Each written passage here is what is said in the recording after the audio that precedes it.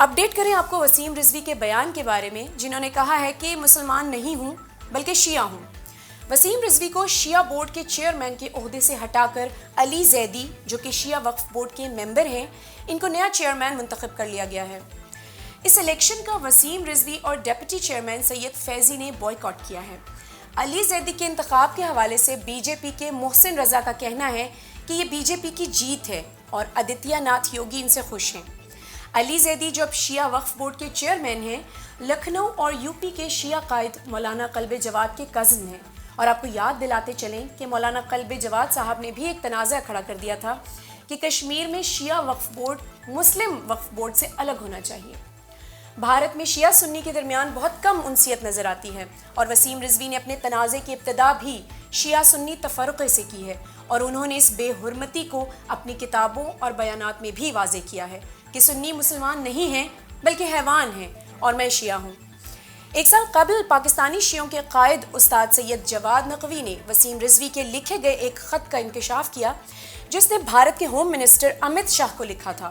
آج جو اس ملعون نے ہندوستان میں کیا ہے، یہ در حقیقت تمام علماء کے لیے یہ آپ کی خاموشی کا نتیجہ ہے، یہ آپ کی لا تعلقی کا نتیجہ ہے، جو بھارت کے 19 اخباروں میں شائع ہوا۔ وسیم رضوی نے اس خط میں لکھا تھا کہ بھارتی حکومت شیعوں کو مین سٹریم مسلم سے جدا کر کے ان اقلیتوں میں شامل کر دیں جن کو بھارت میں رہنے کا حق حاصل ہے۔ وسیم رضوی نے جو رسول اللہ صلی اللہ علیہ وآلہ وسلم کی اہانت کی، وہ بھی ایک مدعا ہے، لیکن اس مدعا کو نظر انداز نہیں کیا جاتا کہ وہ اپنے موقف کو بحیثیت شیعہ بیان کر رہا ہے۔ اور اگر بی جے پی نے شیعہ کے خلاف گھناؤنی سازش کرتے ہوئے اقلیتوں میں ڈال کر تحفظ دیا تو بین الاقوامی سطح پر تشیع کے خلاف شدت میں اضافہ ہو جائے گا اور نفرت پھیلے گی۔ شیعہ اور سنی کے درمیان جتنا تفرقہ پھیلا ہے، یہ دشمنان اسلام کی آرزو ہے۔ اس لیے وسیم رضوی کے معاملے پر تجزیہ نگاروں کا بھارتی مسلمانوں اور شیعوں کو یہ مشورہ ہے کہ اس مسئلے کو شیعہ سنی مسئلہ نہ بننے دیں، اور اہل سنت علماء کے ساتھ مل کر وسیم رضوی کے ساتھ اقدامات کریں اور مزاحمت کا پرچم تشیع اپنے ہاتھ میں رکھتے ہوئے اس مرتد کو سزا دیں۔ لیکن کیا ایسا ہو سکتا ہے؟ جہاں ایک بڑی تعداد اہل تشیع علماء اہل سنت سے وحدت کے خواہاں نہیں ہیں، اس صورت میں وسیم رضوی کو بڑی کامیابی ملنے کی امید ہے۔ ہم دعاگو ہیں کہ خدا اہل اسلام کے درمیان اس طرح تفرقہ ایجاد کرنے والے عناصر کو ذلیل و رسوا فرمائے اور ان کے اس فتنے کو ان کے فتنے سمیت واصل جہنم کرے۔ خبر دیں آپ کو حیدرآباد سے، جہاں باحجاب خواتین کو ریسٹورنٹ میں جانے سے روک دیا۔ بھارت کے شہر حیدرآباد کے elite class area Jubilee Hills کے sanctuary bar and kitchen upper class restaurant میں زرین، ان کی دوست اور 19 سالہ ان کی بہن کو ریسٹورنٹ میں حجاب پہن کر جانے سے روک دیا گیا۔ دروازے پر کھڑے دربان نے واضح الفاظ میں کہہ دیا کہ برقع اور حجاب میں آنے والی خواتین کا ریسٹورنٹ میں داخلہ منع ہے، اگر پھر بھی آپ نے اندر جانے کی کوشش کی تو آپ کے ساتھ مسئلہ ہوگا۔ زرین کا کہنا ہے کہ کچھ عرصہ قبل اسی ریسٹورنٹ میں ان کے ساتھ یہی ہوا اور وہ اندر چلی گئیں، لیکن 20 منٹ تک ان کے پاس آرڈر لینے کے لیے کوئی نہیں آیا۔ ریسٹورنٹ کے مالکوں کو شکایت کرنے کے بعد بھی جب کوئی جواب نہیں ملا، صرف اتنا کہا گیا کہ یہ ماڈرن ریسٹورنٹ ہے جہاں صرف عریان خواتین آئیں گی۔ اس مسئلے کو زرین نے سوشل میڈیا پر اٹھایا کہ یہ تفریق ہے۔ صرف یہ نہیں کہ محجب خاتون کا جانا منع ہے، بلکہ پورے بھارت میں نسلی امتیاز مسلمانوں کے ساتھ روا رکھا جاتا ہے، اس لیے یہ عمل کوئی تعجب آور بات نہیں۔ صرف یہ ایک ریسٹورنٹ ہی نہیں بلکہ یہ بار یعنی شراب خانہ بھی ہے، اور ایسی جگہ پر مسلمان لڑکیوں کا جانا اور وہ بھی حجاب پہن کر، یہ بہت عجیب بات ہے۔ یہ کون سا اسلامی ورژن ہے جو آپ پیش کر رہی ہیں؟ حیدرآباد جہاں ہر گلی کوچے میں مسلم ریسٹورنٹس موجود ہیں، وہ سب چھوڑ کر صرف شراب خانے والے ریسٹورنٹ میں جانا، اور وہ بھی صرف اس لیے کہ یہ اپر کلاس کا ریسٹورنٹ ہے جہاں فحش، شہوت ران اور شرابی آتے ہیں۔ مسلمان کو اپنی پہچان صرف حجاب اور داڑھی سے ہی باقی نہیں رکھنی چاہیے، بلکہ اپنے رویے، کردار اور سماجیات سے بھی اس پہچان کو اجاگر کرنا چاہیے۔ اگر ایسے ریسٹورنٹ میں مسلمان عورتوں کو نہیں جانے دیا گیا تو یہ اچھی بات ہے، کیونکہ ایسا ماحول آپ کے دین و ایمان کے ساتھ سازگار نہیں۔ اس سے پہلے کہ وہ ہمیں ایسی جگہوں پر جانے سے روکیں، ہمیں خود ان لبرل مقامات کا بائیکاٹ کرنا چاہیے۔ خبر دیں آپ کو گجرات سے، جہاں ہندوؤں کے مذہب تبدیلی کے الزام میں 9 افراد پر FIR درج کی گئی ہے۔